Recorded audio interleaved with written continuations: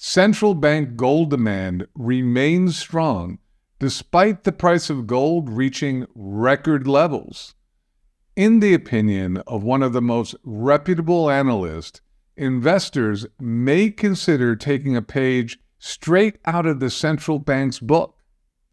Ignore the price, keep buying. Economic uncertainty means you have to keep up with what's happening. Make sure you subscribe and we'll keep you in the know. Gold has been on a tear over the last couple of years, rising roughly 40%. In 2024 alone, gold has surged from roughly $2,000 per ounce to more than $2,500 per ounce.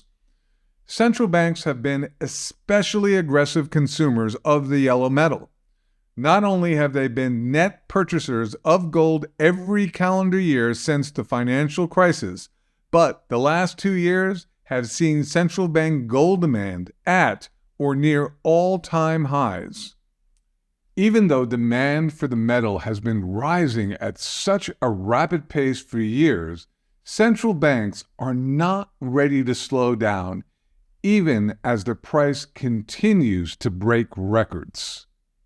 The World Gold Council reports that net purchases by central banks more than doubled month over month in July, climbing to 37 metric tons. In fact, central banks purchased more gold in July than any other month so far this year except January, when the metal's price was about $500 per ounce less than it is right now.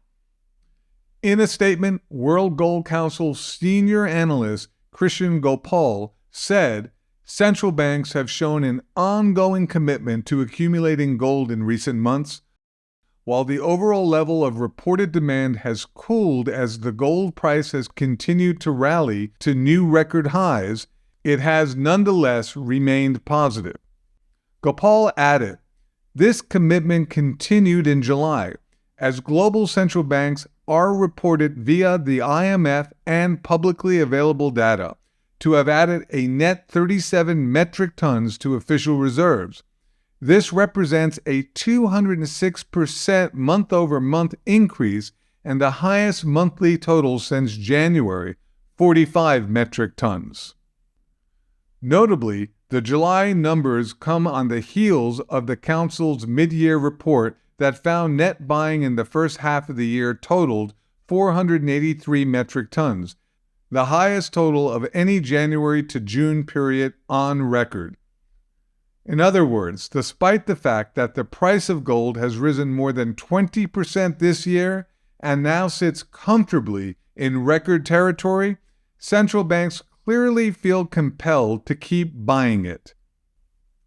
According to the 2024 Central Bank Gold Reserve Survey, there are a lot of reasons why central banks are stockpiling gold at record high prices. Among the biggest reasons central banks are buying gold is default risk, its potential as an effective portfolio diversifier, and gold's performance during times of crisis. And the number one reason why central banks say they're buying so much gold is to take advantage of its property as a long-term store of value, including its perceived benefit as an inflation hedge.